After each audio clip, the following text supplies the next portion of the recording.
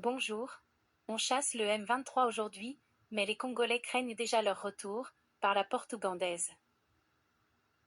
Le 20 juin 2025 à Kinshasa, les chefs d'état-major des armées congolaises, FARDC, et ougandaises, UPDF, ont signé un nouveau mémorandum d'entente visant à renforcer leur coopération militaire dans le cadre de l'opération conjointe Shuja. L'objectif annoncé est l'éradication des groupes armés, notamment les ADF, actifs à l'est de la RDC. Lancée en 2021, l'opération Shuja avait déjà permis des résultats partiels, dont la neutralisation de plusieurs bases des ADF. Désormais, les interventions s'étendent à plusieurs territoires de l'Ituri.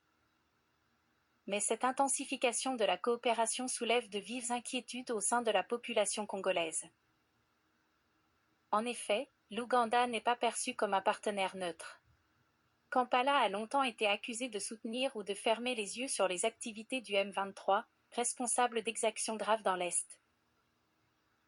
Aujourd'hui, alors que Kinshasa s'apprête à signer un accord de paix avec le Rwanda, incluant le désarmement du M23, de nombreux Congolais redoutent un retour déguisé de cette rébellion, favorisée par la nouvelle alliance militaire avec l'Ouganda. On chasse le M23 d'un côté, et on invite ses parrains potentiels de l'autre, s'indignent les Congolais. Ce paradoxe alimente un sentiment d'insécurité politique et géostratégique. Ce que certains voient comme un pas vers la stabilité est pour d'autres un risque de recyclage du conflit, sous d'autres formes, avec les mêmes acteurs. Le gouvernement affirme vouloir rétablir l'autorité de l'État dans l'est du pays. Mais dans une région meurtrie par des décennies d'ingérence et de pillage, chaque nouveau partenariat militaire est regardé avec méfiance. Jusqu'où ira cette coopération militaire ? Le M23 en profitera-t-il en coulisses ? Et l'Ouganda, est-ce un allié loyal ou un arbitre intéressé ? Suivez Kalonji, qui en parle avec conviction et engagement. Ils parlent de l'Ituri qu'ils vont extendre, ils seront à Djougou et ils vont aller dans l'Ituri et le Nord Kivu, là où il y a le gouverneur du Nord Kivu, là, qui est Somo. J'ai vu Somo là-bas. Je ne vois pas Luboya. Eh! Oh, Luboya est celui qui a travaillé mieux que eux tous. Il n'est pas là. Excellence, fumée noire. C'est fumée noire. Et c'est là où je m'étonne des généraux congolais. Celui qui fait bien, on ne l'ajoute pas. Et vous avez les mêmes causeries. Excellence, mais est-ce qu'on vous donne un peu les rapports de ce qui se passe dans l'Ituri, de ce qui se passe dans le Nord Kivu, là où il y a l'UDF avec les FARDC. Mais il faut quand même faire une analyse. Mais quand vous êtes là 2 ans, 3 ans, il y a un rapport, non? Les rapports là disent quoi? S'il y a la réussite dans ces rapports-là, dans toute figure de style, ils ne peuvent que se retirer. S'il y a un rapport qui dit que vous avez bien travaillé pendant 3 ans, vous avez asphyxié l'ennemi, qu'est-ce que vous allez faire après? Comme vous avez bien travaillé, l'ennemi est asphyxié, maintenant vous pouvez vous retirer, non? Maintenant nous pouvons faire le reste. Ça, c'est normal. Quand vous faites très bien, vous ne restez pas là-bas, parce que ce n'est pas chez vous. Vous êtes venu dans une mission. Quand la mission réussit, elle est très bonne, et que vous l'avez réussi, vous restez faire quoi? Ou vous restez pour chercher les minéraux, l'or, ou bien vous avez notre plan derrière. Ok. Maintenant, changeons. Si vous êtes venu et que vous n'avez pas réussi aussi, dans toute figure de style, vous devez rentrer. Vous êtes venu pour trouver une solution. Vous n'avez pas réussi à votre solution, on va vous garder pourquoi? C'est comme ça qu'on doit réfléchir. Mais nos généraux, ils n'ont pas de stratégie à donner au chef de l'État. Non, mais finalement, vous êtes quel général? C'est lui qui fait quelque chose, n'est même pas parmi vous. Cela veut dire qu'une fumée noire. Vous ne comprenez pas ça. Donc, ils se sont dit que comme Kagame a échoué, maintenant utilisons notre aile gauche qui est l'Ouganda. Qu'on essaie de voir si on peut percer avec l'Ouganda. Je peux commencer à accepter cette opinion-là des gens qui disent que non, le Rwanda a échoué, ils sont sous l'aide des Américains, ils ont signé, ils vont signer le 27. Alors, l'Ouganda doit commencer à percer. Oh, et je vous dis, c'est très facile. Donc, si moi je suis le Rwanda, comme le Rwanda s'entend avec l'Ouganda, Mouazi a dit que c'est son oncle, Kagame.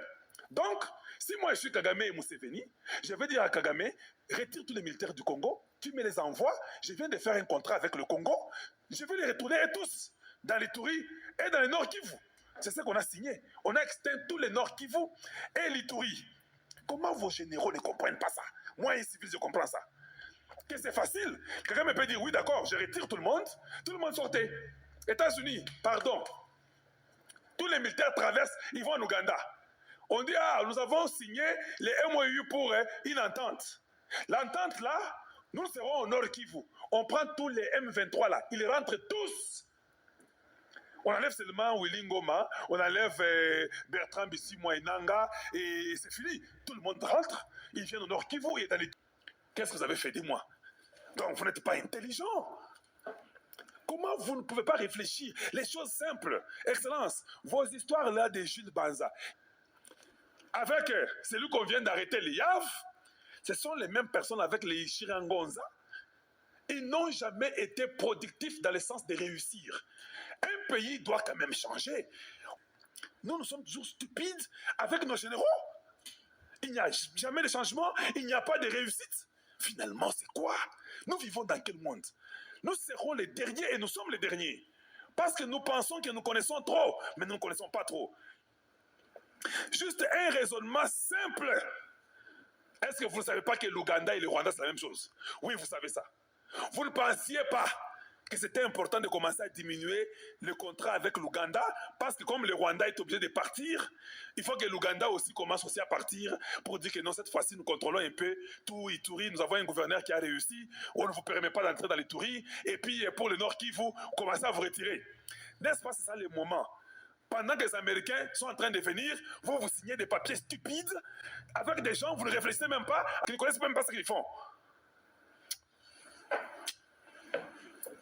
Finalement, c'est quoi?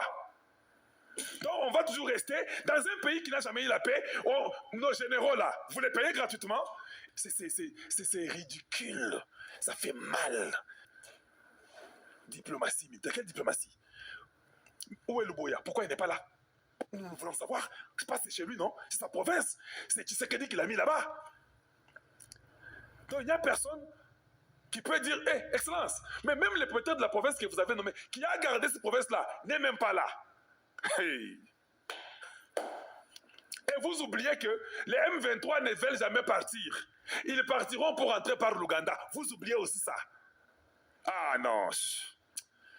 Foutez-nous la paix, vous exagérez. Faut nous foutre la paix. Ils sont pas bons. Quand nous quittons à l'armée, on va à l'église avec la Senko et ECC. Ils sont pas bons non plus. On va dans la politique même. Des Congolais de la très mauvaise qualité qui sont dans la politique. Ils sont pas bons, finalement. Un peuple intelligent profite du temps qu'il a pour maximiser, détruire ses ennemis pour qu'ils ne rentrent plus jamais. Pour vous installer aussi, vous affermir et puis vous positionner. Donc, oui, nous pensons qu'on peut encore prolonger les MOU, qu'on travaille avec eux. Ok, mais est-ce que même le général de là-bas, est-ce qu'il vous a donné son point de vue? Oh, il n'est même pas important. Nous, on prolonge, nous avons nos plans. L'Ouganda veut prendre le Rwanda derrière. Quand Tshisekedi a eu le Rwanda, maintenant c'est l'Ouganda. Donc Tshisekedi veut encore nous mettre pendant 6 ans encore, ou 5 ans, ou 2 ans, ou 3 ans, dans une guerre avec l'Ouganda. Non. Exactement les mêmes choses. Kabila a fait ça avec le Rwanda. Il y avait des équipes conjointes. Vous vous rappelez, non? Même Tshisekedi a fait ça avec le Rwanda, les équipes conjointes pour aller après les FDLR. Nous avons fini où? Les Rwandais ne voulaient pas partir, ils sont venus chez nous, ils ont goûté au miel. Vous faites la même chose avec l'Ouganda. Vous n'apprenez jamais. Quel genre de conseil Tshisekedi a ou de conseils que Tshisekedi a? Donc vous n'apprenez jamais. Moi, un civil, je comprends que non, chef, je ne te conseillerais pas comme ça. Parce qu'ils refuseront de partir. Or, c'est ça le moment. Comme les Américains sont en train de vous aider inconsciemment, grâce à Dieu, les gens ont peur que Satan il lève ici, Satan onze les bœufs des spirites. C'est ça qu'ils ont peur. Et non, en fait, c'est ça l'hégémonie. C'est ça même la suprématie. Et ça rendait Munduki. Vous pensez que Kagame est venu signer ou bien son pays viendra signer parce qu'il fait des beaux yeux à Trump? Non, c'est parce qu'il sait que si je ne signe pas, on me détruit, on m'enlève, on me remplace et personne ne dira un mot. Vous pensez que ces États-Unis fait bon? Ce n'est pas bon? Ça, c'est quelque chose que nous ne voulons pas dans le monde. Mais quand il est de l'autre côté, c'est très bon. Et le monde n'est pas juste. Ça fait 30 ans que le monde était contre nous. Maintenant, si Trump est de notre côté, nous, on va dire non. Nous aussi, on va dire oui. Alors, quand il est de votre côté, commencez aussi maintenant à multiplier les choses. Vous chassez les Ougandais. Les Rwandais rentrent chez eux. Vous appelez aux Américains, nous voulons faire un contrat avec Pentagone. Nous voulons voir former nos militaires. Mais on a besoin des militaires. Ces militaires et les armes, ça doit venir de chez vous. Nous, on vous fait, c'est vous qui êtes nos amis. Quand vous faites le discours, God bless Congo, God bless America, c'est comme ça. Vous commencez à les flatter aussi. Vous ne les flattez pas parce qu'ils sont les fils de Dieu.